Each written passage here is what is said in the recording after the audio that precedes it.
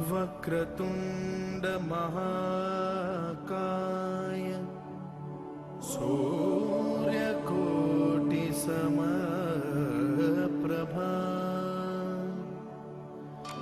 निर्विघ्नं कुरु मे देव सर्वकार्येषु सर्वदा।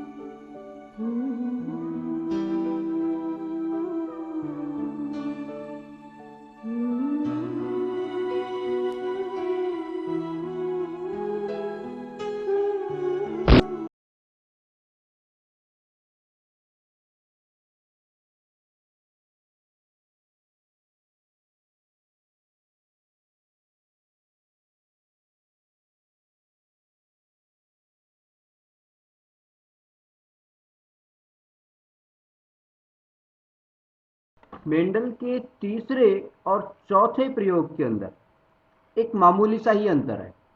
अब अंतर क्या है? देखिए, मेंडल ने अपने जो तीसरे प्रयोग के अंदर दो विपर्यासी लक्षण लिए थे, दो कंट्रास्टिंग फीचर्स लिए थे। एक तो ली थी लंबाई पौधे की और एक ली थी बीज की आकृति। ठीक है, लेकिन चौथे प्रयोग के अंदर मेंडल ने क्या किया, जो दो विपर्यासी लक्षण लिए उनमें एक तो बीज की आकृति ली, लेकिन दूसरा लक्षण लिया बीज का रंग। ठीक है, यानी चौथे प्रयोग में मेंडल ने जिन विपर्यासी लक्षणों को चुना, जिन कॉन्ट्रास्टिंग लक्षणों को, फीचर्स को चुना, वो कौन से थे? एक तो था आकृति, बीज की आकृति, शेप। ठीक है, और दूसरी जो चीज थी वो थी बीज का रंग।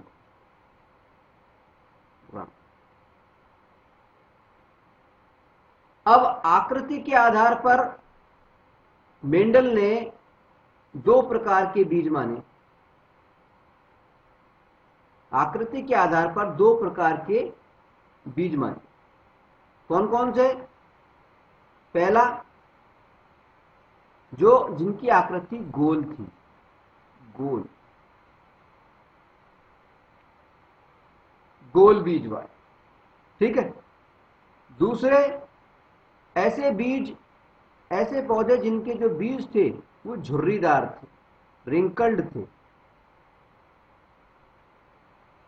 झुर्रीदार यानी रिंकल्ड। ठीक है, यानी शेप के आधार पर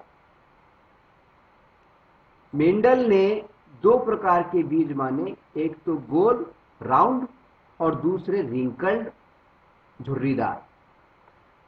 मेंडल ने यह भी माना कि जो गोल बीज हैं उनके अंदर जो जीन हैं वो कैसे हैं? Capital R capital are. ठीक है, और जो झुर्रीदार बीज हैं जो रिंकल्ड बीज हैं, रिंकल्ड शेप वाले बीज हैं, उनके अंदर जो जीनोटाइप है या उनके अंदर जो जीन है वो कैसे हैं? स्मॉल आर, छोटे आर। ठीक है। इसी प्रकार रंग के आधार पर भी मेंडल ने मटर के पौधों को दो भागों में बांटा, मटर के बीजों के आधार पे, रंग के आधार पे। एक ऐसे बीज जिनका रंग पीला था, जिनका रंग पीला, और दूसरे ऐसे बीज जिनका रंग हरा। ठीक। मेंडल ने माना कि जो पीले रंग वाले बीज थे, येलो कलर के जो बीज थे, उनके अंदर जो जीनोटाइप था, यानी उनके अंदर जो जीन थे, वो क्या माने उसने? Capital Y, capital Y. ठीक है। और हरे रंग के लिए जो जीन जिम्मेदार थे उसको मेंडल ने माना स्मॉल वाई, स्मॉल वाई। ठीक है। यानी क्या किया मेंडल ने?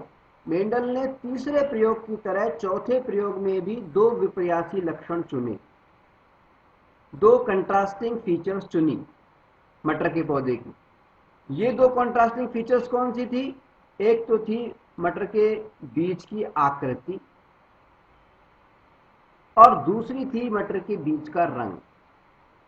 आकृति के हिसाब से दो तरह के बीज माने, एक गोल और एक झुर्रीदार।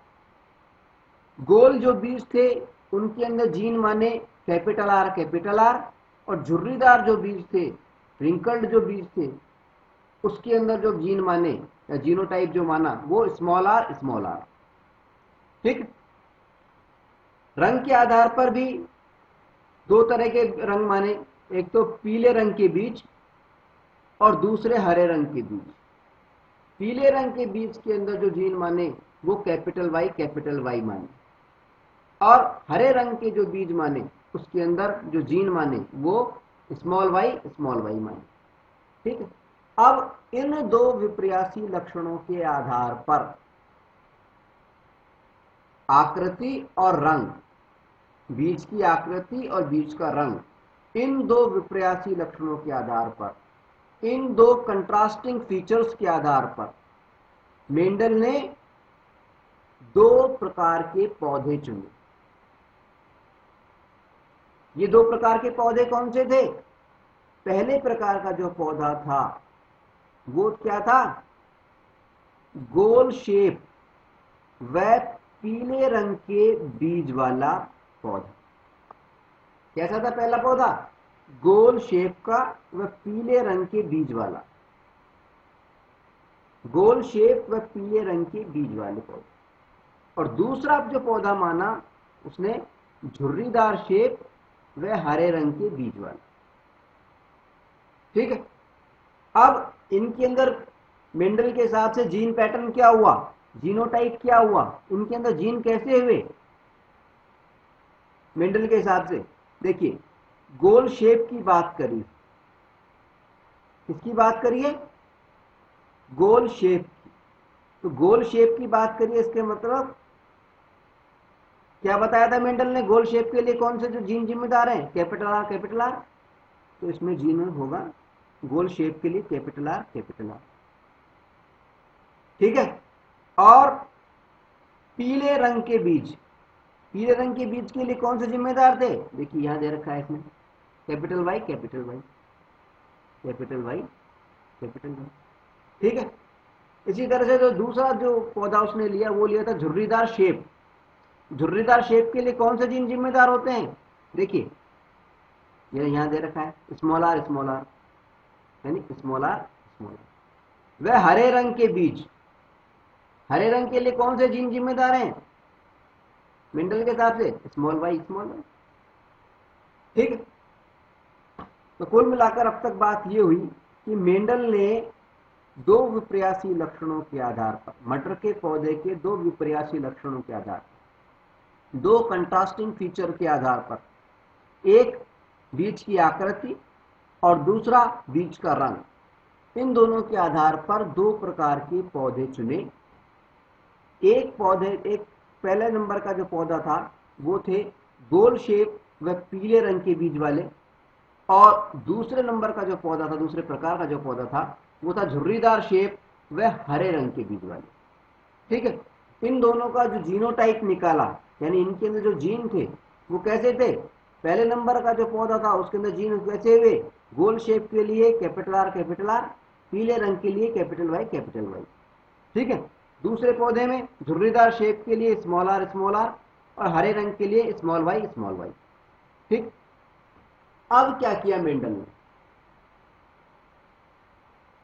अब मेंडल ने क्या किया, इन दोनों पौधों के बीच में जनन क्रिया करवाई, रिप्रोडक्शन करवाया। ठीक है, और इस पीढ़ी को उसने कहा जनक पीढ़ी, पेरेंट जनरेशन, जनक पीढ़ी, पेरेंट जनरेशन। तो ये जो पेरेंट जनरेशन के जो दो पौधे थे, कैपिटल आर और कैपिटल वाई इस जीन वाले, और स्मॉल आर और स्मॉल वाई इस जीन वाले, इन दोनों प्रकार के जो पौधे थे इनके बीच में क्या करवाया, रिप्रोडक्शन करवाया, जनन क्रिया करवाई।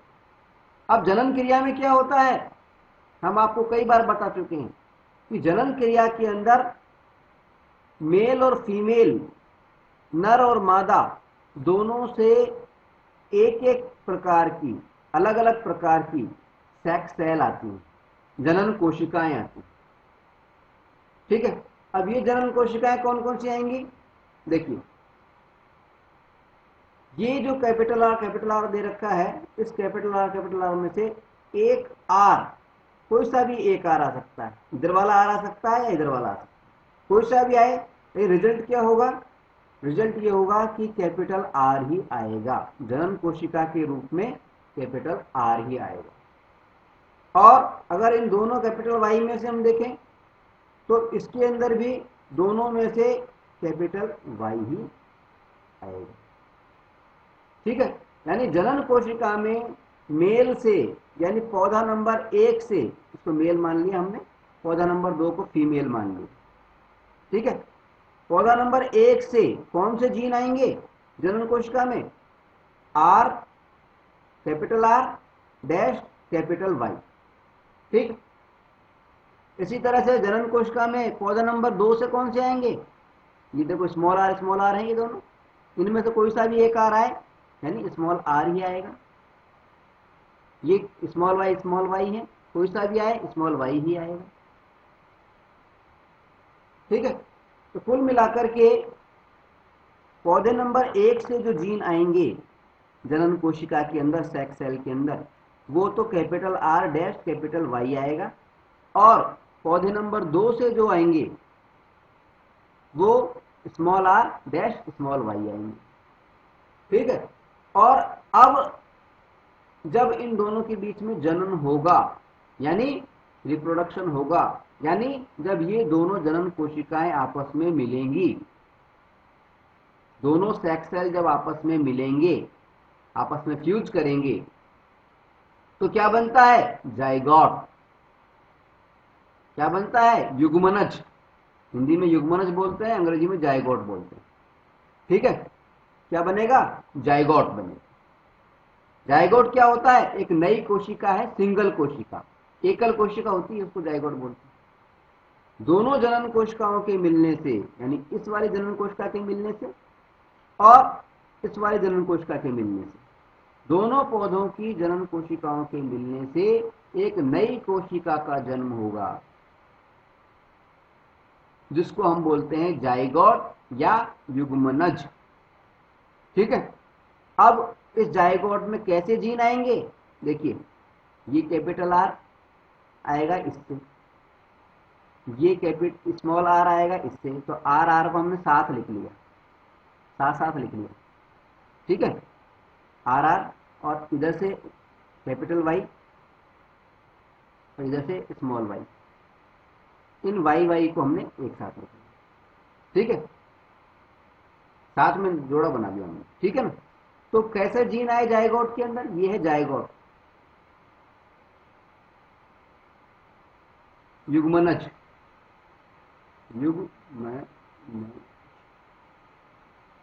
जनन कोशिकाओं के आपस में मिलने से बनने वाली जो नई कोशिका होती है उसको हम जायगोट या युग्मनज बोलते हैं। ठीक है, तो जायगोट या युग्मनज के अंदर कौन से जीन आए? कैपिटल आर स्मॉल आर और कैपिटल वाई स्मॉल वाई। ठीक है, ये जीनोटाइप हो गया। ठीक है, अब जब जीन ये वाले होंगे तो जो संतान होगी उसमें कैसे लक्षण दिखाई देंगे?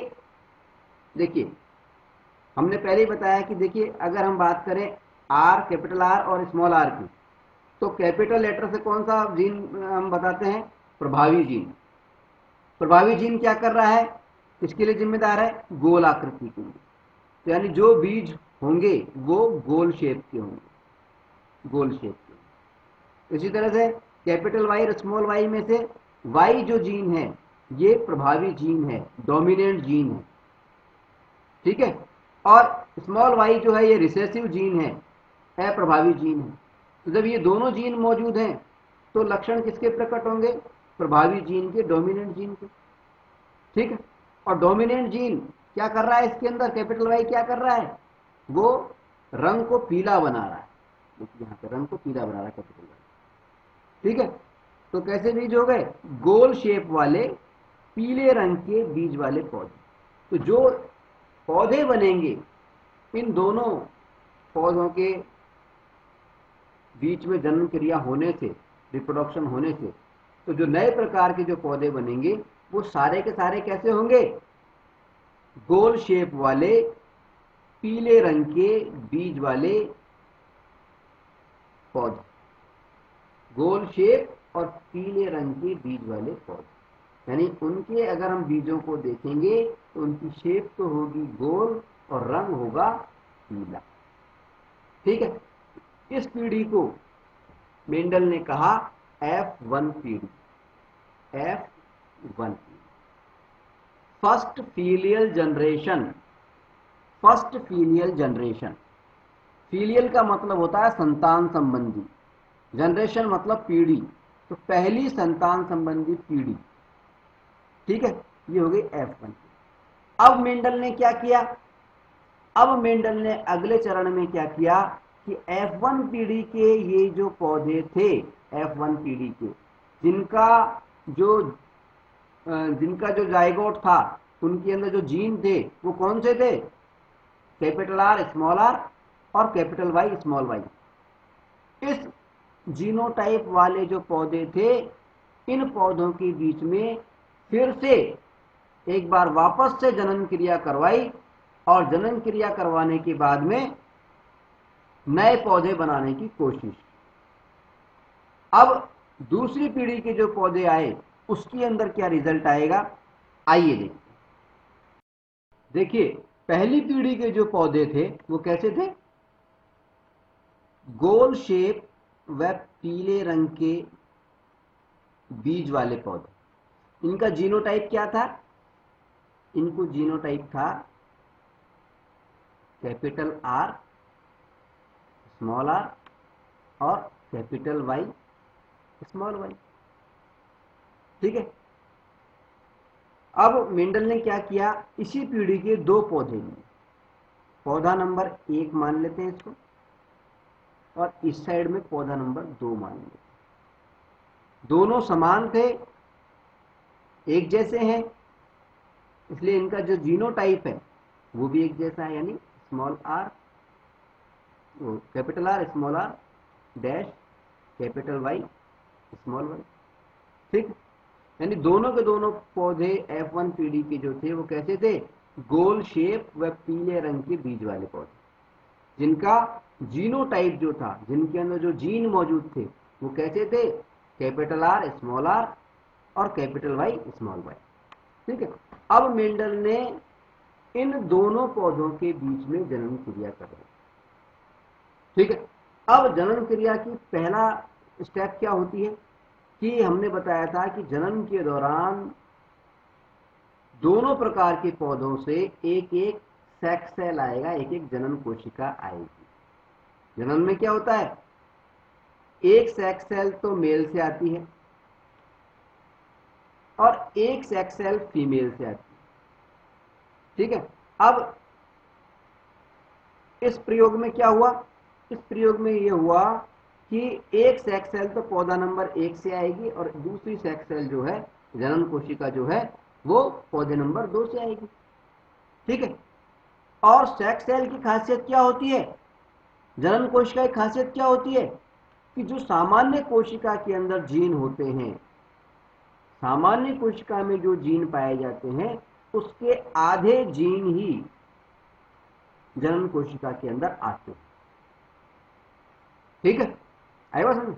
यानी जो सामान्य कोशिका के अंदर, जो सामान्य पौधा था उसके अंदर हमारे पास में जीन कैसे थे, शेप के लिए जिम्मेदार थे कैपिटल आर और कैपिटल स्मॉल आर। ठीक है, तो शेप के लिए ये दो जीन थे, इन दोनों जीनों में से कोई सा भी एक जीन आ सकता है, कोई सा भी एक जीन आ सकता है। इसी तरह से रंग के लिए जो दो जीन जिम्मेदार हैं वो कौन से हैं, कैपिटल वाई और स्मॉल वाई। इन दोनों जीनों में से भी आधे जीन आएंगे, यानी कोई एक आएगा। ठीक है। अब इससे क्या होता है, चार प्रकार की कंडीशन पैदा हो सकती है। हो सकता है कि शेप वाला कैपिटल आर आ जाए जीन, और रंग वाला जो जीन है वो भी कैपिटल वाई आ जाए। ठीक है। ये भी हो सकता है कि शेप के लिए तो कैपिटल आर आ जाए लेकिन कलर के लिए स्मॉल वाई आ जाए। ये भी हो सकता है कि शेप के लिए स्मॉल आर आए और रंग के लिए कैपिटल वाई आ जाए। और चौथी कंडीशन ये भी हो सकती है कि शेप के लिए भी स्मॉल आर आए और रंग के लिए भी स्मॉल वाई आ जाए, दोनों के दोनों स्मॉल आ जाए। हो सकता है, नहीं हो सकता है। ठीक है। अब जब ऐसा होगा ये जनन कोशिका के अंदर, अभी जनन कोशिका पौधे नंबर 1 की बताई हमने, दोनों की जनन कोशिकाएं एक जैसी होंगी। क्यों, क्योंकि दोनों पौधों का जीनोटाइप है वो एक जैसा ही है। तो जैसे चार ऑप्शन यहां पर आए हैं 1 2 3 4, ऐसे ही चार ऑप्शन यहां पर आएंगे आर वाई। इसके पास में भी चार ऑप्शन है, कोई सी भी कोशिका जनन कोशिका आ सकती है, कोई सा भी जीन जनन कोशिका के रूप में आ सकता है। R small Y, R capital Y और स्मॉल आर और स्मॉल वाई। ठीक है। यानी दोनों पौधों के बीच में, दोनों पौधों के पास में जो जीन्स मौजूद हैं उनमें से जो सेक्स सेल के अंदर जो जीन आएंगे उसके चार चार ऑप्शन मौजूद। और जब इन दोनों पौधों के बीच में मेंडल जनन क्रिया करवाता है तो क्या होता है, होता यह है कि प्रत्येक जनन कोशिका के पास में, देखिए इस जनन कोशिका नंबर 1 मान लें इसको, तो प्रत्येक जनन कोशिका के पास में मिलने के लिए, अब जनन कोशिका देखिए रिप्रोडक्शन में क्या होता है, जनन में क्या होता है, मेल और फीमेल दोनों की जनन कोशिकाएं आपस में मिलेंगी। ठीक है। तो ये वाली मेल की थी, इधर वाली ये मेल की थी और ये वाली फीमेल की थी, अब ये आपस में मिलेंगी। तो प्रत्येक जनन कोशिका के पास में मिलने के चार ऑप्शन है। जैसे ये कैपिटल आर और कैपिटल वाई की बात करें तो इसके पास में चार ऑप्शन है। ये चाहे तो इन चार में से किसी से मिल सकता है, ये चाहे तो इस वाले फीमेल के इस वाले सेक्स सेल से मिले, जनन कोशिका से मिले, ये चाहे तो इससे मिले, ये चाहे तो इससे मिले और ये चाहे तो इससे मिले। ठीक है। यानी मेल की जो जनन कोशिका है, प्रत्येक जनन कोशिका के पास में चार ऑप्शन। ठीक है। और टोटल जनन कोशिकाएं हैं चार, वो भी चार हैं। यानी कुल मिला के अगर हम देखें तो अगर दोनों कोशिकाएं मेल और फीमेल की मिलेंगी तो उनके पास में 16 प्रकार के ऑप्शन मौजूद हैं। यानी ये दोनों आपस में मिलके 16 प्रकार के जायगोट बना सकते हैं, 16 प्रकार से जनन को युग्मनज बना सकते हैं। ठीक है। यानी 16 इनके द्वारा, इनके मिलने से जो जायगोट बनेगा उसमें 16 प्रकार के जीन पैटर्न हो सकते हैं, जीनोटाइप हो सकते हैं। कैसे हो सकते हैं? देखिए, ये एक टेबल बना के दिखा रहा हूं मैं आपको। टेबल के एक साइड में, ये नीचे वाली जो साइड है, इस साइड के अंदर मैं मेल के जनन कोशिकाएं लिख रहा हूं, और इस साइड में हम लिखेंगे फीमेल की जनन कोशिका। मेल की जनन कोशिकाओं को लिख रहा हूं मैं, तो इसका जो जीनोटाइप है, इसमें जो जीन है वो कौन से हैं? आर और कैपिटल वाई, और कैपिटल आर और स्मॉल वाई, और स्मॉल आर और कैपिटल वाई, और स्मॉल आर और स्मॉल वाई। ठीक है। इसी तरह से फीमेल के लिख देता हूं मैं जनन कोशिकाएं, ये वाली, ये कौन सी है? इसमें भी सेम है, capital R capital Y, capital R small Y, small R capital Y, और स्मॉल आर और स्मॉल वाई। ठीक। अब क्या होगा? ये जो जनन कोशिका है, कोई सी भी एक जनन कोशिका लेते हैं, पहले नंबर वन की ये ले लेते हैं। इसके पास में कौन से चार ऑप्शन है? ये चाहे तो इससे मिले, इससे मिले, इससे मिले, इससे मिले। जब ये इससे मिलेगी तो जीन पैटर्न क्या होगा?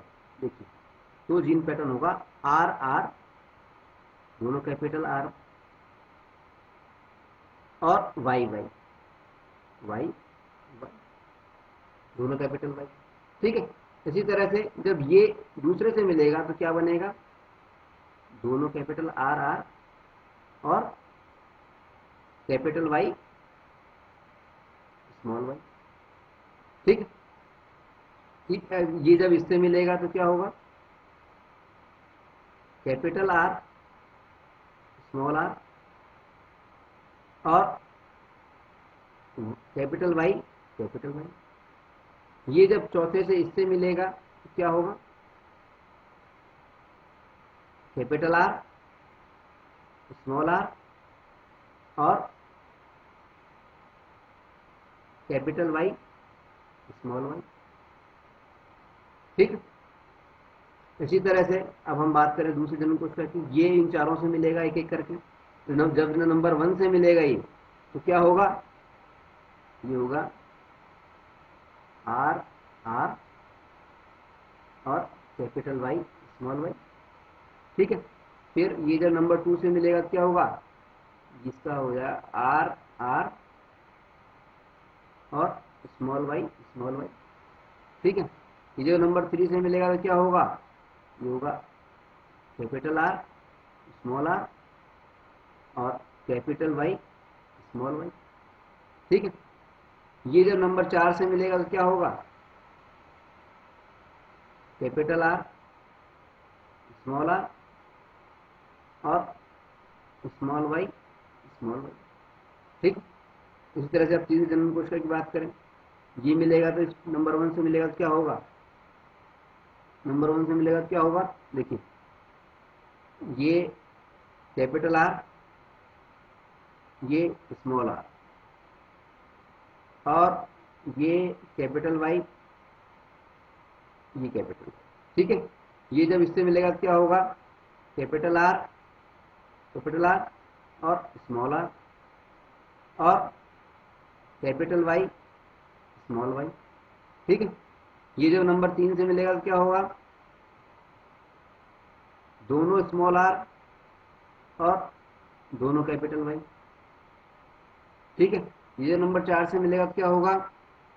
ये हो जाएगा दोनों स्मॉल आर और एक कैपिटल वाई और एक स्मॉल वाई। ठीक है। इसी तरह से चौथी जनन कोशिका की बात करें तो ये क्या करेंगे? देखिए, इससे जब नंबर वन से करेगा तो क्या होगा? आर आर और कैपिटल वाई स्मॉल वाई। जब ये नंबर टू से करेगी तो क्या होगा? आर आर और दोनों स्मॉल वाई वाई वाई। ठीक है। जब ये नंबर तीन से करेगा तो क्या होगा?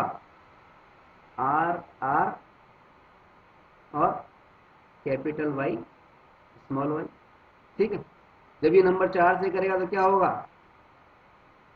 आर आर दोनों स्मॉल और दोनों स्मॉल वाई। ठीक है, तो इस प्रकार से कुल मिलाकर के 16 प्रकार के जीन पैटर्न हमें प्राप्त होंगे, जाइगोट के अंदर जीनोटाइप प्राप्त होंगे। अब इन 16 प्रकार के जो जीनोटाइप्स हमें प्राप्त हुए, जीन पैटर्न हमें प्राप्त हुए, इन 16 प्रकार से किन किन तरह के पौधे हमें प्राप्त होंगे, आइए देखिए यहां पर हमने मेंडल के जो चौथा प्रयोग है, इस पूरे प्रयोग को एक चित्र के द्वारा प्रदर्शित करने की कोशिश की है। अब तक हमने क्या किया है, देखिए मेंडल ने अपने प्रयोग में क्या किया, दो प्रकार के पौधे लिए। पहला प्रकार का पौधा कैसा था, गोल शेप, जिसके बीज कैसे थे, गोल शेप वाले, जैसा कि इसमें दिखाया गया है गोल शेप वाले, ये गोल शेप थी। और रंग कैसा था, पीला था, हमें दिखाई दे रहा है ये पीला रंग है, गोल शेप और पीला रंग। तो पहला पौधा था गोल शेप और पीले रंग के बीज वाला। ठीक है, दूसरा पौधा था कैसा था, झुर्रीदार शेप, रिंकल्ड शेप, देखिए साफ नजर आ रही है झुर्रियां इसके अंदर, रिंकल्ड शेप है, ये झुर्रीदार है, ऊपर नीचे से उबड़ खाबड़ है। ठीक है, झुर्रीदार शेप वाला है और हरे रंग का। इन दोनों पौधों के बीच में ये जो पौधा था गोल शेप और पीले रंग वाला, गोल शेप और पीले रंग वाला, इसका जो जीनोटाइप था वो क्या था, मेंडल ने माना RR YY। ठीक है, और दूसरा ये जो था, इसका जो जीनोटाइप था झुर्रीदार शेप और हरे रंग के बीज वाले का, इसका जो जीनोटाइप था वो था small r small y small y। ठीक है, जब इन दोनों के बीच में जनन क्रिया करवाई मेंडल ने, तो इस वाले पौधे से जो जीन गए वो कौन से गए, इन दोनों जीनों में से एक R और इन दोनों वाइयों में से एक Y, यानी ये वाले जीन गए RY। ठीक है, जनन कोशिका के अंदर चले गई। और दूसरे वाले पौधे से कौन से गए, स्मॉल r और स्मॉल y, ये वाले चले गए जीन।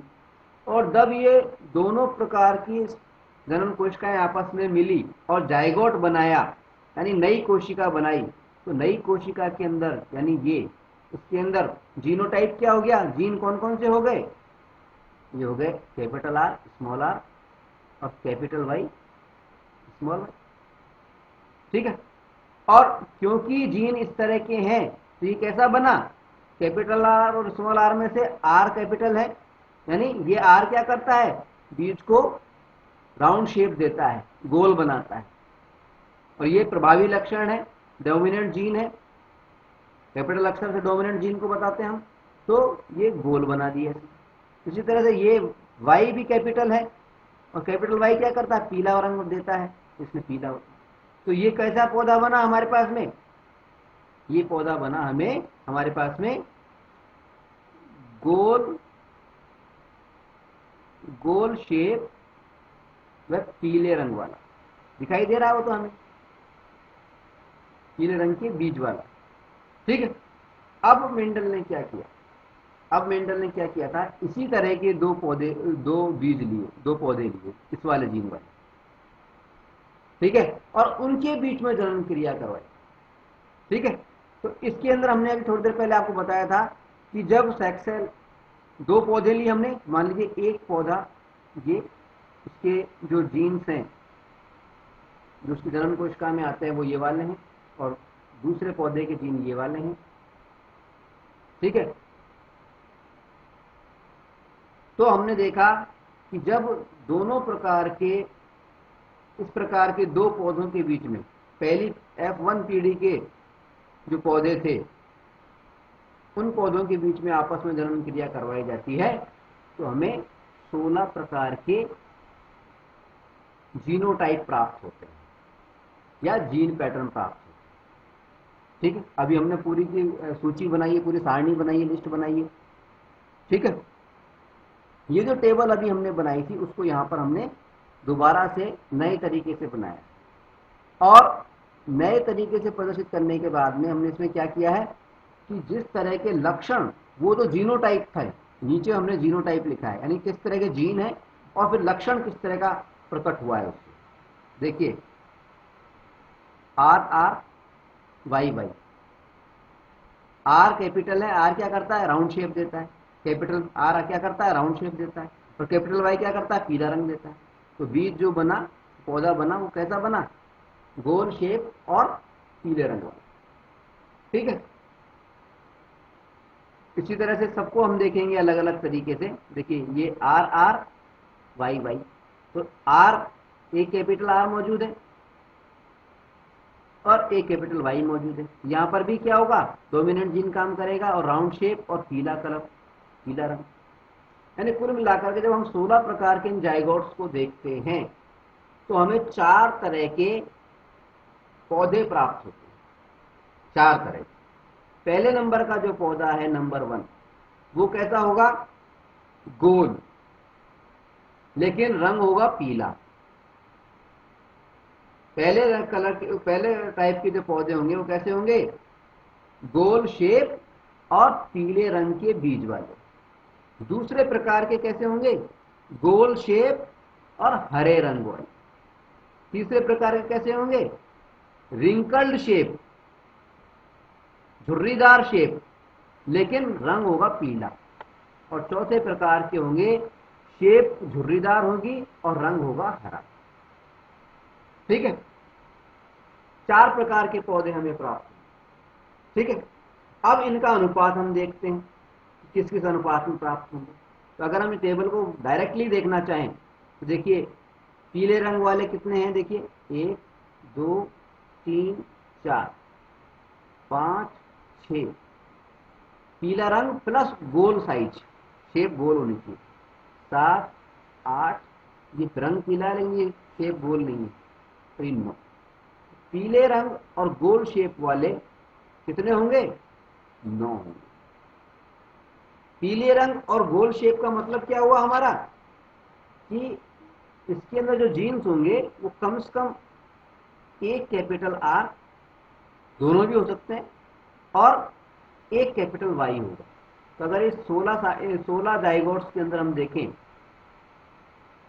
और हम देखें कि कैपिटल आर और कैपिटल वाई किन किन में आ रहा है, तो हम देखेंगे कि 9 में आ रहा होगा। ठीक है, अब दूसरा ऑप्शन क्या था हमारा, गोल शेप लेकिन हरा रंग। तो देखिए गोल शेप और हरा रंग, गोल शेप और हरे रंग का मतलब क्या है कि कम से कम एक तो कैपिटल आर होगा और 2 स्मॉल वाई होंगे, 2 स्मॉल वाई होंगे। ठीक है, स्मॉल वाई क्या करेंगे, हरा रंग देंगे, कैपिटल आर क्या करेगा, गोल बनाएगा। ठीक है, इसको हम काउंट करें तो इनकी संख्या आएगी 3। देखिए 3 आ रही है, ये गोल शेप 1 और ये गोल शेप 2 और ये गोल शेप और हरा रंग 3 आ गए। अगर हम तीसरे प्रकार के पौधों की बात करें तो तीसरे प्रकार के पौधे कैसे मिलेंगे, इनकी शेप होगी रिंकल्ड, यानी झुर्रीदार, लेकिन रंग होगा पीला, रंग होगा पीला। अब शेप झुर्रीदार है, शेप झुर्रीदार है यानी जीन्स कैसे होंगे, स्मॉल आर स्मॉल आर। ठीक है, और रंग पीला है तो कम से कम एक कैपिटल वाई होगा। इनको हम काउंट करेंगे तो इनकी संख्या भी आएगी 3। देखिए 3 आएगी, एक तो ये वाली, एक 1 2 1 ये। ठीक है, अब हम चौथे तरह के पौधे की बात करें। चौथे पौधे में क्या है, शेप भी झुर्रीदार है और रंग भी हरा है। तो झुर्रीदार शेप के लिए जिम्मेदार जीन कौन से हैं, स्मॉल आर स्मॉल आर। और हरे रंग के लिए जिम्मेदार जीन कौन से हैं, स्मॉल वाई स्मॉल वाई। तो जीनोटाइप हो गया ये। अब इस तरह के कितने बीज हैं, देखिए यहाँ पर जीनोटाइप ये रहा, सिर्फ एक है ये वाला। यानी कुल मिला के दूसरी पीढ़ी में हमें जो पौधे मिलते हैं उनमें जो अनुपात पाया जाता है वो क्या पाया जाता है, 9:3:1 3:1। आई बात समझ?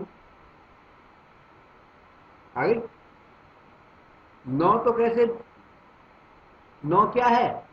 9 तो ऐसे पौधे हैं जिनके बीज का रंग पीला है और उसकी शेप गोल। 3 कैसे हैं? 3 ऐसे हैं जिनके बीज का जो शेप है वो तो गोल है लेकिन उसका रंग हरा है। तीसरा प्रकार कैसा है? तीसरा प्रकार ऐसा है कि उनकी शेप तो रिंकल्ड है यानी झुर्रीदार है, झुर्रीदार है, लेकिन उनका रंग पीला है। और एक जो है वो कैसा है? वो ऐसे पौधे हैं जिनके बीज का रंग भी हरा है और उसकी शेप रिंकल्ड है, झुर्रीदार। ठीक है, तो इस तरह से मेंडल ने 4 प्रयोग किए। चारों के बारे में हमने आपको बताया। पहला और दूसरा प्रयोग लगभग एक जैसे हैं और तीसरा और चौथा प्रयोग लगभग एक जैसे। ठीक है, अब आगे बढ़ते हैं। मेंडल के प्रयोगों के बाद में अब हम चर्चा करेंगे लिंग निर्धारण पर, सेक्स डिटरमिनेशन पर। अब सवाल उठता है कि लिंग निर्धारण या सेक्स डिटरमिनेशन का मतलब क्या होता है? देखिए, हम जानते हैं कि जब भी लैंगिक जनन होता है, जब भी सेक्सुअल रिप्रोडक्शन होता है, तो लैंगिक जनन में सेक्सुअल रिप्रोडक्शन के अंदर जो जीव भाग लेते हैं वो 2 प्रकार के होते हैं। जो ऑर्गेनिज्म भाग लेते हैं वो 2 प्रकार के होते हैं, एक मेल, एक नर, और दूसरा फीमेल यानी मादा। एक नर होता है और एक मादा होता है। मेल और फीमेल दोनों आपस में जनन करने के बाद ही, रिप्रोडक्शन करने के बाद ही नई संतान पैदा करते हैं। ठीक है, और ये जो संतान होती है ये भी मेल या फीमेल दोनों में से कोई भी एक लिंग की हो सकती है, एक सेक्स की हो सकती है, या तो वो मेल हो सकती है या फीमेल हो सकती है। अब सवाल उठता है कि जो नवजात है, जो न्यू बॉर्न है, जो नया नया जन्मा है यानी जो संतान है, उसके लिंग का निर्धारण आखिर होता कैसे?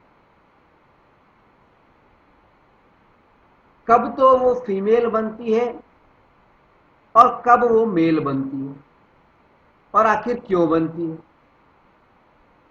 ठीक है, अब सवाल ये है कि मेल और फीमेल का बनना यानी संतान के लिंग का निर्धारण होना, सेक्स का डिटर्मिनेशन होना, क्या ये आनुवांशिक आधार पर होता है? यानी क्या ये जेनेटिकल है? क्या इसका कारण जीन्स है?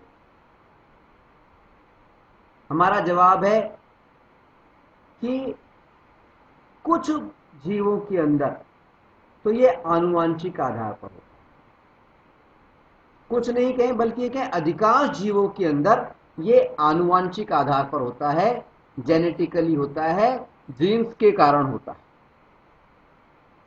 लेकिन कुछ जीव ऐसे भी होते हैं जिनमें लिंग का जो निर्धारण होता है वो आनुवांशिक आधार पर नहीं होता है, जेनेटिकली नहीं होता है, जीन्स के कारण नहीं होता है। ऐसे जीव कौन से हैं? देखिए, जैसे एक है घोंगा, घोंगा जिसको अंग्रेजी में हम बोलते हैं स्नेल, SNAIL, घोंगा या स्नेल। ये एक ऐसा जीव है जो अपना लिंग बदल सकता है, सेक्स चेंज कर सकता है। अब क्योंकि घोंगे के अंदर लिंग को परिवर्तित करने की क्षमता है, अपने सेक्स को चेंज करने की क्षमता है। यानी ये कैसा कर सकता है, मेल से फीमेल भी बन सकता है और फीमेल से मेल भी बन सकता है। तो घोंगे के अंदर जो लिंग निर्धारण होता है वो जेनेटिकल नहीं होता, वो आनुवांशिक नहीं होता, वो जीन्स के कारण नहीं होता। ठीक है। इसी तरह से हम बात करें कछुए की, कछुआ या टर्टल, इसको अंग्रेजी में बोलते हैं हम टर्टल। कछुए के अंदर जो लिंग निर्धारण होता है वो टेम्परेचर के आधार पर होता है। कुछ जीव ऐसे होते हैं जिनमें लिंग निर्धारण टेम्परेचर के आधार पर होता है, जैसे कि ये टर्टल यानी कछुआ। अगर जो निषेचित अंड है, फर्टिलाइज एग है, निषेचित अंड है या फर्टिलाइज एग है, अगर उसका तापमान ज्यादा है, अगर वातावरण का तापमान ज्यादा है, निषेचित अंड का तापमान ज्यादा है, अगर हाई है, तो ऐसी स्थिति में तो क्या होता है, अगर हाई टेम्परेचर होता है तो फीमेल चाइल्ड बनता है। कछुए के अंदर बता रहा हूं मैं। ठीक है। और अगर टेम्परेचर लो होता है तो मेल चाइल्ड का जन्म होता है, मेल कछुआ बनता है। ठीक है। इसी तरह से हम एक और उदाहरण ले सकते हैं छिपकली का, लिजार्ड। छिपकली को अंग्रेजी में हम बोलते हैं लिजार्ड। छिपकली में भी क्या होता है, जब वातावरण का टेम्परेचर अगर ज्यादा होता है, तो यहां थोड़ा सा उल्टा है, कछुए में तो ज्यादा होने पर फीमेल बनता है, लेकिन छिपकली के अंदर अगर टेम्परेचर ज्यादा है तो मेल बनता है, नर बनता है, और कम होता है तो फीमेल बनता है। ठीक है। तो ये तो बात हुई ऐसे जीवों की जिनके अंदर लिंग निर्धारण, सेक्स डिटर्मिनेशन जेनेटिकल नहीं होता, आनुवंशिक नहीं होता, जीन्स के कारण नहीं होता। ठीक है।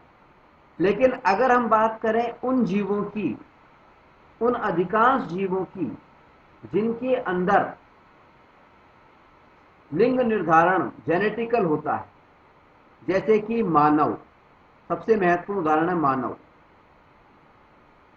मानव मानव के अंदर जो लिंग निर्धारण होता है, ह्यूमंस के अंदर जो लिंग निर्धारण होता है, सेक्स डिटर्मिनेशन होता है, वो आनुवांशिक होता है और जीन्स के कारण होता है। आनुवांशिक का मतलब क्या है, जेनेटिकल का मतलब क्या है, वो जीन्स के कारण होता है। ठीक है। अब सवाल उठता है कि मानव में, ह्यूमंस के अंदर जो लिंग निर्धारण होता है, सेक्स डिटर्मिनेशन होता है, वो आनुवांशिक तो होता है, जेनेटिकल तो होता है, यानी जीन्स के कारण तो होता है, लेकिन वो आखिर होता कैसे है, आइए देखते हैं। देखिए मानव में क्या होता है, हमने पढ़ा था कि कोशिका जो होती है मानव की, या प्रत्येक जीव जो है वो कोशिकाओं से मिलकर के बना हुआ। जिस तरह से सभी जीव कोशिका से मिलकर के बने हैं, उसी तरह से मानव भी, ह्यूमंस भी कोशिकाओं से मिलकर के बने। और प्रत्येक कोशिका के अंदर एक नाभिक होता है, न्यूक्लियस होता है, और नाभिक के अंदर धागे के समान संरचनाएं होती हैं, थ्रेड लाइक स्ट्रक्चर्स होते हैं। और इन धागे की समान संरचनाओं को हम बोलते हैं क्रोमोसोम्स या गुणसूत्र। गुणसूत्र अंग्रेजी में इनको बोलते हैं क्रोमोसोम। तो ये जो क्रोमोसोम या गुणसूत्र होते हैं, इनके अंदर वैसे डीएनए होता है, डीएनए में जीन भी होते हैं, और ये जो गुणसूत्र होते हैं ये क्या करते हैं, आनुवांशिक गुणों को एक पीढ़ी से दूसरी पीढ़ी के अंदर ले जाते हैं। ठीक है। तो मानव में जो गुणसूत्र पाए जाते हैं वो कुल मिलाकर के कितने होते हैं, 23 जोड़े, 23 जोड़े, 23 जोड़े गुणसूत्र मानव में पाए जाते हैं। 23 जोड़े का मतलब है कुल मिलाकर के 46 गुणसूत्र, 46। और ये जो 23 जोड़े गुणसूत्र हैं, ये आधे मेल से आते हैं और आधे फीमेल से आते हैं। ठीक है। और इन 23 जोड़े जो गुणसूत्र हैं, उनकी खासियत और क्या है कि इन 23 में से 22 जोड़े जो होते हैं, 22 पेयर जो होते हैं, वो मेल में और फीमेल में दोनों में बिल्कुल एक जैसे होते हैं। ठीक है, समझ आई बात? यानी मानव के अंदर कुल मिलाकर के प्रत्येक मानव में 23 जोड़े गुणसूत्र पाए जाते हैं, यानी टोटल 46 गुणसूत्र पाए जाते हैं। इन 23 जोड़ों में से 22 जोड़े यानी 44 जो गुणसूत्र होते हैं, वो समान होते हैं, एक जैसे होते हैं, चाहे से मेल हो चाहे फीमेल हो। मेल फीमेल दोनों के अंदर, नर और मादा दोनों के अंदर, लड़का और लड़की दोनों के अंदर ये जो 22 जोड़े गुणसूत्र होते हैं, ये एक जैसे होते हैं, समान होते हैं। और इन 22 जोड़े गुणसूत्र में से 22 जोड़े गुणसूत्र में से 11 जोड़े जो हैं, 22 जोड़े में से यानी 44 में से, टोटल 44 होगा ना, 22 जोड़े का मतलब 44, 44 में से 22 गुणसूत्र जो सामान्य होते हैं, एक जैसे होते हैं, वो तो मेल से प्राप्त होते हैं संतान को, और 22 गुणसूत्र ही प्राप्त होते हैं फीमेल से, और ये समान होते हैं, इसलिए कोई दिक्कत नहीं आती। लेकिन यहां पर एक खास बात है कि जो 23वां जोड़ा होता है, 23वां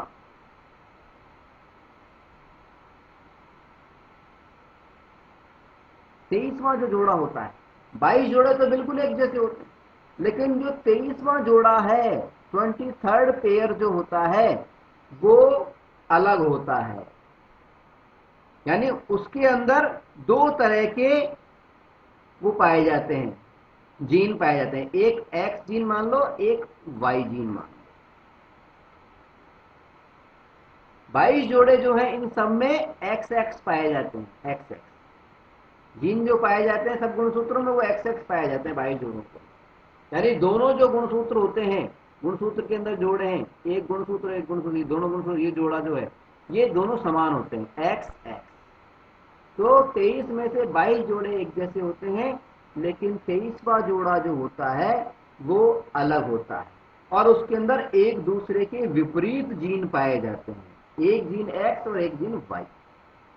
और ये जो 23वां जोड़ा है, जिसके अंदर एक्स और वाई गुण जीन्स पाए जा रहे हैं, ये 23वां जोड़ा ही मेल और फीमेल बनने के लिए जिम्मेदार होता है, नर और मादा बनने के लिए जिम्मेदार होता है। ठीक है, अब कैसे होता है देखिए,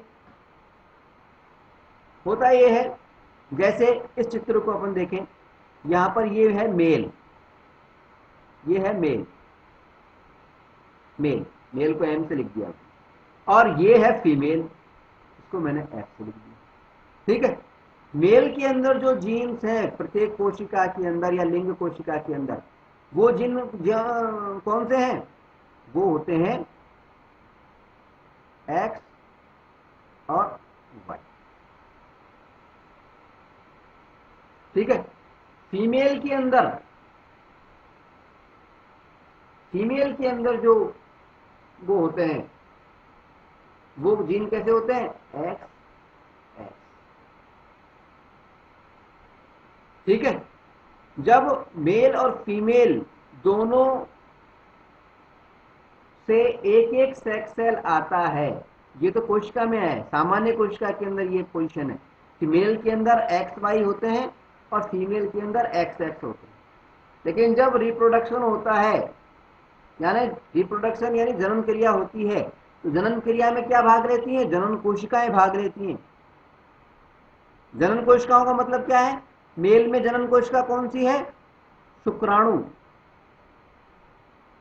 शुक्राणु या स्पर्म। फीमेल के अंदर जो जनन कोशिका होता है उसको क्या बोलते हैं, उसको हम बोलते हैं अंड, या अंग्रेजी में बोलते हैं एग या ओवा, एग या ओवा। ठीक है।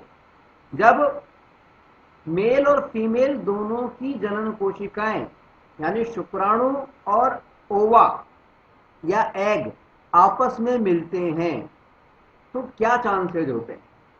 देखिए, चांस क्या होते हैं कि हो सकता है जब ये आपस में मिलें तो मेल से जो जीन आ रहा है वो एक्स जीन आ जाए,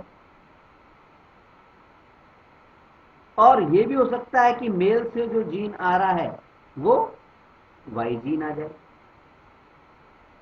कुछ भी हो सकता है। मेल में एक्स और वाई डिफरेंट प्रकार के जीन होते हैं, फीमेल में समान होते हैं, एक्स एक्स ही होते हैं फीमेल के अंदर। फीमेल के अंदर, मादा के अंदर वाई जो है जीन होता ही नहीं है, एक्स एक्स ही जीन होता है। तो मादा से तो दोनों में से कोई सा भी जीन आए वो तो हमेशा एक्स ही आएगा, एक्स हमेशा एक्स ही आएगा। ठीक है। तो ये तो तय है कि मादा से जो जीन आना है वो तो एक्स ही आना है, और नर से जो, मेल से जो जीन आएगा वो एक्स या वाई में दोनों में से कोई सा भी एक हो सकता है। ठीक है। अगर मेल से एक्स जीन आए जनन कोशिका में और फीमेल से भी तो एक्स जीन आता ही आता है, और ये दोनों जब आपस में मिलते हैं यानी एक्स एक्स मिलते हैं तो इनके संयोजन से जो बनेगा, एक्स एक्स के मिलने से जो बनेगा वो होगा फीमेल, वो होगी लड़की या मादा। ठीक है। लेकिन अगर मेल से, नर से वाई जीन आ जाए और वो फीमेल के एग से जुड़ जाए और जाइगोट बना ले, एकल नई कोशिका बना ले, उसको बोलते हैं जाइगोट या युग्मनज। जाइगोट जब बनाएगा और उसके जाइगोट के अंदर अगर जीन होंगे एक्स और वाई डिफरेंट, अलग अलग, तो ऐसी स्थिति में क्या बनेगा? मेल बनेगा, यानी नर बनेगा, यानी लड़के का जन्म होगा। आई बात समझ में कहानी? देखिए, कहानी बिल्कुल सिंपल है। यहां पे हम देखते हैं कि मेल के अंदर एक्स और वाई, ये मान लीजिए दो तरह के जीन वाले गुणसूत्र होते हैं, और फीमेल के अंदर एक्स एक्स तरह के ही गुणसूत्र होते हैं। जब जनन क्रिया होती है तो दोनों की जनन कोशिकाएं आपस में मिलती हैं। अब जनन कोशिकाएं जब आपस में मिलती हैं तो इस एक्स के पास में दो ऑप्शन है कि ये इस एक्स से जुड़ सकता है या फिर इस वाले एक्स से जुड़ सकता है। ठीक है। इसी तरह से वाई के पास में भी दो ऑप्शन होते हैं कि ये चाहे तो इस एक्स से जुड़ सकता है, चाहे इस एक्स से जुड़ सकता है। तो अगर जनन कोशिकाओं के अंदर मेल और फीमेल दोनों के एक्स एक्स आपस में मिलते हैं तो ऐसी स्थिति में तो लड़की पैदा होती है, फीमेल पैदा होती है। और अगर मेल का वाई और फीमेल का एक्स आपस में मिलते हैं, गुणसूत्र आपस में मिलते हैं, जीन्स आपस में मिलते हैं, तो पैदा होता है लड़का, यानी आई बात समझ? लड़का या लड़की कैसे बनते हैं, या ह्यूमंस के अंदर, मानव के अंदर लिंग निर्धारण कैसे होता है, सेक्स डिटर्मिनेशन कैसे होता है। ठीक है। आगे बढ़ते हैं। अब हम बात करेंगे उपार्जित यानी एक्वायर्ड एवं आनुवांशिक यानी इनहेरिटेड लक्षणों की, ट्रेड्स की। सवाल ये उठता है कि उपार्जित लक्षण कौन से होते हैं और आनुवांशिक लक्षण कौन से होते हैं, एक्वायर्ड ट्रेड्स कौन से होते हैं और इनहेरिटेड ट्रेड्स कौन से होते हैं। ठीक है। यहां पर उपार्जित लक्षणों को, एक्वायर्ड ट्रेड्स को, और आनुवांशिक लक्षणों को यानी इनहेरिटेड ट्रेड्स को समझाने के लिए हमने दो चित्रों का उपयोग किया है। पहला चित्र है ये वाला और दूसरा चित्र है ये वाला। इन दोनों चित्रों को आप पहचान सकते हैं। ये चित्र किसका है, नंबर 1 वाला? ये चित्र है सचिन तेंदुलकर का। सचिन तेंदुलकर जो कि एक बहुत बड़े क्रिकेटर हैं, क्रिकेट खेलते हैं, बहुत अच्छा क्रिकेट खेलते हैं। और ये दूसरा जो चित्र है वो है फिल्म अभिनेता अमिताभ बच्चन का। ये बहुत अच्छे एक्टर हैं। अब यहाँ पे समझने वाली बात ये है कि ये जो सचिन तेंदुलकर हैं और ये जो अमिताभ बच्चन हैं, इनकी कुछ शारीरिक विशेषताएं हैं। क्या क्या शारीरिक विशेषताएं हैं? जैसे बात करें लंबाई की, इनकी कुछ खास लंबाई है। जैसे अमिताभ बच्चन काफ़ी लंबे हैं, जबकि सचिन तेंदुलकर काफ़ी छोटे हैं। इसके अलावा बालों का रंग, बालों का रंग और चेहरा, चेहरे की आकृति, चेहरे की बनावट या आकृति, और आंखों का रंग, आंखों का रंग, त्वचा का रंग, स्किन का कलर, त्वचा यानी स्किन का रंग। कुल मिला के इन दोनों की, चाहे हम बात करें सचिन तेंदुलकर की, चाहे बात करें अमिताभ बच्चन की, इन दोनों के अंदर अपनी अपनी शारीरिक विशेषताएं हैं। तो क्या आप हमें ये बता सकते हैं कि ये जो शारीरिक विशेषताएं हैं, क्या ये इनके बच्चों में आ सकती हैं?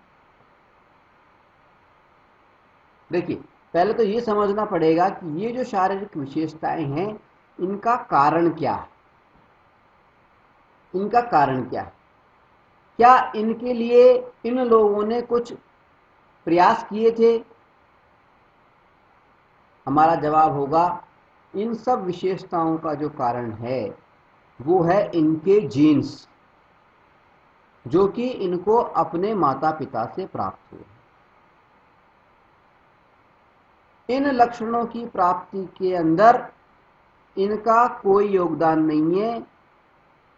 ये जो लक्षण इन्हें प्राप्त हुए हैं, ये इनके माता पिता के जीन्सों के कारण प्राप्त हुए हैं, माता पिता के गुणसूत्रों के कारण प्राप्त हुए हैं। ठीक। और जब इनके बच्चे होंगे या जो इनके बच्चे हैं, सचिन तेंदुलकर का जो बेटा या बेटी है और अमिताभ बच्चन का जो बेटा है, अगर हम इनकी शक्लों को देखें, इनके शरीर की डिजाइन को देखें, शरीर की संरचना को देखें, तो हमें मालूम चलेगा कि सचिन तेंदुलकर के जो शरीर की संरचनाएं हैं, शरीर की जो विशेषताएं हैं, जैसे लंबाई हुआ, बालों का रंग हुआ, चेहरों की बनावट हुई, आंखों का रंग हुआ, त्वचा का रंग हुआ, तो ये सारी की सारी विशेषताएं जो हैं वो इनके संतान में भी मौजूद होती है। सचिन तेंदुलकर का बेटा सचिन तेंदुलकर का जैसा दिखाई देता है। अमिताभ बच्चन का जो बेटा है, उसको आप लोग जानते भी होंगे, अभिषेक बच्चन। अमिताभ बच्चन का जो बेटा है अभिषेक बच्चन, ये भी अपने पिता का जैसा दिखाई देता है। उसकी लंबाई भी अपने पिता की जैसी है, बालों का रंग भी उस तरह का है, चेहरे की बनावट भी उस तरह की है, आंखों का रंग भी उस तरह का है, और त्वचा का यानी स्किन का जो कलर है वो भी अमिताभ बच्चन से मिलता जुलता। ठीक है। तो ऐसे लक्षण जिनका कारण जीन्स होते हैं, जो जीन्स के कारण होते हैं और जो एक पीढ़ी से दूसरी पीढ़ी के अंदर ट्रांसफर होते हैं, स्थानांतरित होते हैं, उन लक्षणों को हम कहते हैं आनुवांशिक लक्षण या इनहेरिटेड ट्रेट्स। आई बात समझ? आनुवांशिक लक्षण किसको कहते हैं?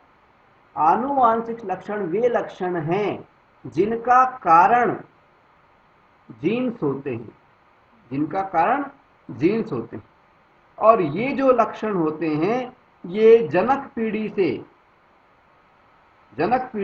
यानी पेरेंट्स की जो पीढ़ी है, माता पिता की जो पीढ़ी है, उससे अगली जो पीढ़ी होती है उसमें दिखाई देते हैं। ठीक है। आनुवांशिक लक्षण वे लक्षण हैं जिनका कारण जीन्स होते हैं, जो जीन्स के कारण होते हैं। ठीक है। और ये जो लक्षण है इनकी खासियत क्या होती है, ये एक पीढ़ी से दूसरी पीढ़ी में ट्रांसफर हो सकते हैं या होते हैं। ठीक है। जबकि उपार्जित लक्षण क्या है, एक्वायर्ड ट्रेड्स क्या होते हैं, उपार्जित लक्षण वे लक्षण होते हैं जो कि व्यक्ति अपने जीवन काल में अपने अनुभव से और अपने अभ्यास से अर्जित करता है। उपार्जित लक्षण कौन से हैं, वे लक्षण जो व्यक्ति अपने जीवन काल में अपने अनुभव और अभ्यास के जरिए अर्जित करता है। उदाहरण के लिए सचिन तेंदुलकर के पास में क्रिकेट खेलने के जीन्स मौजूद नहीं थे। उनके शरीर में ऐसे कोई जीन नहीं थे जो उनके माता पिता से मिले हों जिसके आधार पर वो क्रिकेटर बन गए। उनके शरीर में ऐसे कोई जीन्स मौजूद नहीं थे। उन्होंने क्रिकेट खेलने की क्षमता अपनी जो हासिल की वो अपने अनुभव से और अपने लगातार अभ्यास से अर्जित की थी। तो ये क्रिकेट खेलने का जो हुनर है, क्रिकेट खेलने का जो गुण है, ये है उनका उपार्जित लक्षण, एक्वायर्ड ट्रेड। और एक्वायर्ड ट्रेड की खासियत क्या होती है कि ये जीन्स पर आधारित नहीं होता, इसके कारण जीन्स नहीं होते और ना ही ये लक्षण जनक पीढ़ी से यानी एक पीढ़ी से दूसरी पीढ़ी की ओर ट्रांसफर किया जा सकता है। ये ट्रांसफरेबल नहीं होता है, स्थानांतरण योग्य नहीं होता है। सचिन तेंदुलकर अगर स्वयं भी चाहें तो कोई जरूरी नहीं है कि इनका बेटा भी एक बड़ा क्रिकेटर बने। ठीक है। तो उपार्जित लक्षण कौन से हुए, ऐसे लक्षण जिनका कारण जीन्स नहीं होते हैं और जो अपने जीवन के अनुभव और अभ्यास के जरिए हासिल किए जाते हैं, उन लक्षणों को, उन ट्रेड्स को हम कहते हैं उपार्जित लक्षण, एक्वायर्ड ट्रेड्स। और ये जो लक्षण होते हैं एक पीढ़ी से दूसरी पीढ़ी में ट्रांसफर नहीं किए जा सकते। ठीक है। जैसे सचिन तेंदुलकर की बात की हमने, ठीक उसी तरह से हम बात करते हैं अमिताभ बच्चन की। हमने बताया कि अमिताभ बच्चन बहुत अच्छी एक्टिंग करते हैं और अमिताभ बच्चन के शरीर की कुछ विशेषताएं भी हैं। तो अमिताभ बच्चन का जो बेटा है अभिषेक बच्चन, उसके अंदर अमिताभ बच्चन की शारीरिक विशेषताएं जो हैं वो तो ट्रांसफर हो गई क्योंकि उनका कारण था जीन्स, लेकिन एक्टिंग, अभिनय करना, अभिनय की जो कला है वो जीन्स के कारण संभव नहीं होती है। वो अमिताभ बच्चन ने अर्जित की थी अपने अभ्यास से और अपने जीवन के अनुभव से। तो अभिनय करने की जो कला है वो अभिषेक बच्चन को ट्रांसफर नहीं हुई। ठीक है। अभिषेक बच्चन जो कुछ भी अभिनय करते हैं वो अपने अभ्यास और अनुभव के आधार पर उन्होंने सीखा है, एक्वायर किया है, अर्जित किया है। और इसके बावजूद भी अमिताभ बच्चन की जैसी शानदार अभिनय जो है, शानदार एक्टिंग जो है, वो अभिषेक बच्चन द्वारा नहीं की जा सकती। ठीक है। तो कहने का मतलब ये है कि आनुवांशिक लक्षण जो होते हैं उनका कारण जीन्स होते हैं और ये लक्षण एक पीढ़ी से दूसरी पीढ़ी के अंदर ट्रांसफर होते हैं। जबकि उपार्जित लक्षण जो होते हैं, एक्वायर्ड ट्रेड्स जो होते हैं, वो उनका कारण न तो जीन्स होते हैं और न ही ये लक्षण एक पीढ़ी से दूसरी पीढ़ी को ट्रांसफर किए जा सकते हैं, स्थानांतरित किए जा सकते हैं। ये जो लक्षण होते हैं उपार्जित लक्षण, एक्वायर्ड ट्रेड्स, ये प्रत्येक व्यक्ति या प्रत्येक जीव अपने जीवन के अनुभव से और अभ्यास से अर्जित करता है। ठीक है, आई बात समझ में कि उपार्जित लक्षण एक्वायर्ड ट्रेड्स क्या होते हैं और आनुवंशिक लक्षण यानी इनहेरिटेड ट्रेड्स कौन से होते हैं। ठीक है, अब हम आगे बढ़ते हैं। आगे बढ़ने से पहले हम एक उदाहरण लेते हैं उपार्जित लक्षणों का और आनुवंशिक लक्षणों का, एक्वायर्ड ट्रेड्स का और इनहेरिटेड ट्रेड्स का। देखिए, मान लीजिए हमारे पास में कोई चूहा है और ये जो चूहा है रिप्रोडक्शन करता है, जनन क्रिया करता है और 2 नए चूहे बनाता है।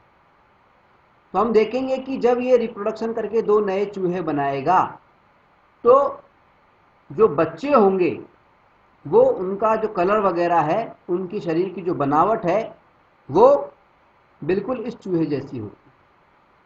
ठीक है, यानी त्वचा के रंग आदि के जो लक्षण हैं वो चूहे की इस जनक पीढ़ी से, पेरेंट पीढ़ी से और किस में चले गए,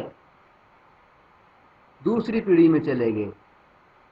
ठीक है, यानी ये जो रंग और ये जो चीजें थी इसका कारण क्या थे, चूहे में पाए जाने वाले विशेष प्रकार के जीन्स, और इन जीन्स के कारण ही ये जो लक्षण थे वो एक पीढ़ी से दूसरी पीढ़ी में चले गए। ठीक है, अगर हम बात करें उपार्जित लक्षण की, यानी मान लीजिए हम ऐसा करते हैं कि ये जो चूहा है इसकी हम पूंछ को काट देते हैं। ठीक है, उसके बाद में जो चूहे पैदा हुए इसके होने से उनकी भी जो पूंछ होती है उनको भी हम काट देते हैं। तो क्या हम ये माने कि अगर हम चूहे की पूंछ को काट दें तो पूंछ के कटने के बाद में जो चूहा संतान पैदा करेगा, क्या वो जो नया चूहा बनेगा उसके अंदर पूंछ कटी हुई होगी या नहीं? अगर पूंछ का कटना आनुवंशिक लक्षण होता, यानी जीन्स के कारण होता, यानी पूंछ के काटने से अगर चूहे के जीन्स में कोई परिवर्तन हो जाता तो ऐसी स्थिति में तो क्या होता कि जो बच्चे होते उनके अंदर कटी हुई पूंछ होती। लेकिन क्योंकि ऐसा नहीं होता है, इसका मतलब क्या है कि पूंछ का कटना ये एक उपार्जित लक्षण है, एक्वायर्ड फीचर, एक्वायर्ड ट्रेड है। ठीक है, पूंछ के कटने से चूहे के जीन्स के अंदर कोई परिवर्तन नहीं आया, इस वजह से ये कटी हुई जो पूंछ जो इसका लक्षण है वो एक पीढ़ी से दूसरी पीढ़ी के अंदर ट्रांसफर नहीं हो सकता। ठीक है, तो ये पूंछ का कटना एक उपार्जित लक्षण है, एक्वायर्ड ट्रेड, ये आनुवंशिक लक्षण नहीं है, इनहेरिटेड ट्रेट नहीं। इनहेरिटेड ट्रेट के अंदर जीन्स में परिवर्तन आता है, जब जीन्स के अंदर परिवर्तन आ जाएगा तभी कोई लक्षण एक पीढ़ी से दूसरी पीढ़ी के अंदर ट्रांसफर होता है, और पूंछ के कटने से चूहे के जीन्स में कोई अंतर नहीं आता। इस वजह से अगली पीढ़ी के अंदर जो चूहे होते हैं उनकी पूंछ कटी हुई नहीं होती है, सामान्य पूंछ की तरह ही उनके भी पूंछ होती है, सामान्य चूहों की तरह। ठीक है,